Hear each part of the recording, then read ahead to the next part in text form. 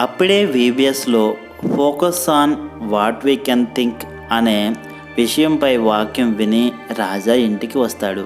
ఆ సమయానికి తన ఇంట్లో ఎవరూ లేరు. ఒంటరిగా ఉన్న రాజాకు, రాజా రాజా ఎవరు నువ్వు?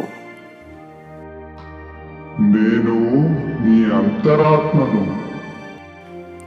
ఏం కావాలి నీకు? నీకు బాగా ఆకలవుతుంది కదా. అవును. మీ డాడీ పాకెట్లో నుండి డబ్బులు తీసుకొని బయటికి వెళ్ళి ఫ్రైడ్ రైస్ కొనుక్కొని తిను. మా డాడీ అడిగితే?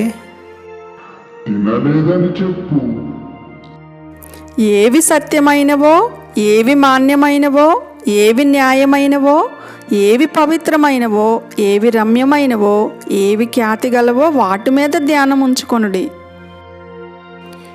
ఇది సత్యం కాదు గనక నేను చెయ్యను. రాజా రాజా క్రిందికి చూడు. దాన్ని తీసుకొని పాకెట్లో వేసుకో. ఎవరు చూడడం లేదు. ఏవి సత్యమైనవో, ఏవి మాన్యమైనవో, ఏవి న్యాయమైనవో, ఏవి పవిత్రమైనవో, ఏవి రమ్యమైనవో, ఏవి ఖ్యాతి గలవో వాటి మీద ధ్యానం ఉంచుకొనుడి. ఇది నీతి కలది కాదు గనక నేను దీనిని పోలీస్ స్టేషన్లో హ్యాండ్ ఓవర్ చేస్తాను. రాజా రాజా నీవు లక్కీ ఫెయిల్ అవురా. చూడు, నీ బ్యాగ్లో నీ ఒక్క సోప్ మాత్రమే కొన్నావు, కానీ 2 సోపులు బ్యాగులోనికి వచ్చాయి. నేను తీసుకోలేదు. ఆ షాప్ ఆయనే పొరపాటున వేసి ఉంటాడు. తీసుకుని వెళ్ళు.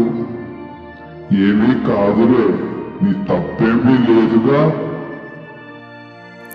ఏవి సత్యమైనవో, ఏవి మాన్యమైనవో, ఏవి న్యాయమైనవో, ఏవి పవిత్రమైనవో, ఏవి రమ్యమైనవో, ఏవి ఖ్యాతి గలవో వాటి మీద ధ్యానం ఉంచుకొనుడి. ఇది న్యాయం కాదు గనక నేను ఇప్పుడే వెనక్కి వెళ్ళి తిరిగి ఇచ్చివేస్తాను.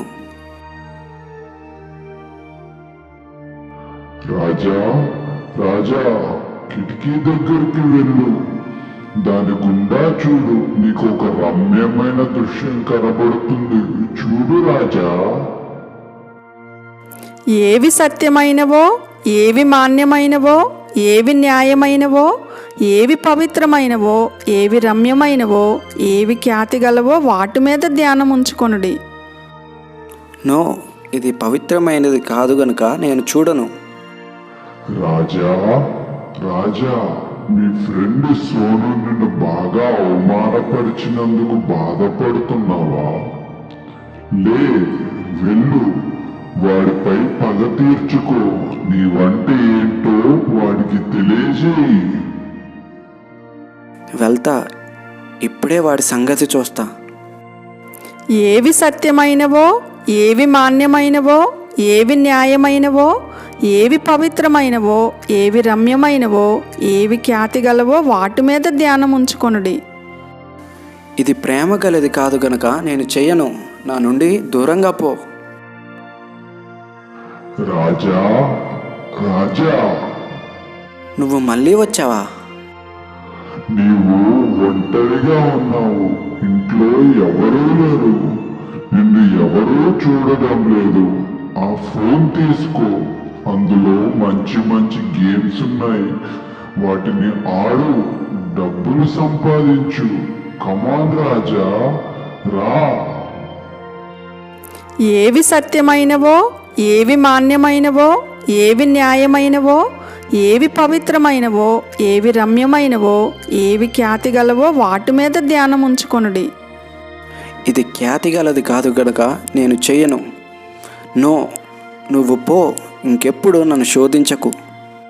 ప్రభువా, ఈ శోధనలన్నింటిలో నుండి నన్ను తప్పించి వీటన్నిటిలో జయం అనుగ్రహించమని యేసయ్య అతి పరిశుద్ధమైన నామములో అడుగుతున్నాను తండ్రి. ఆమెన్.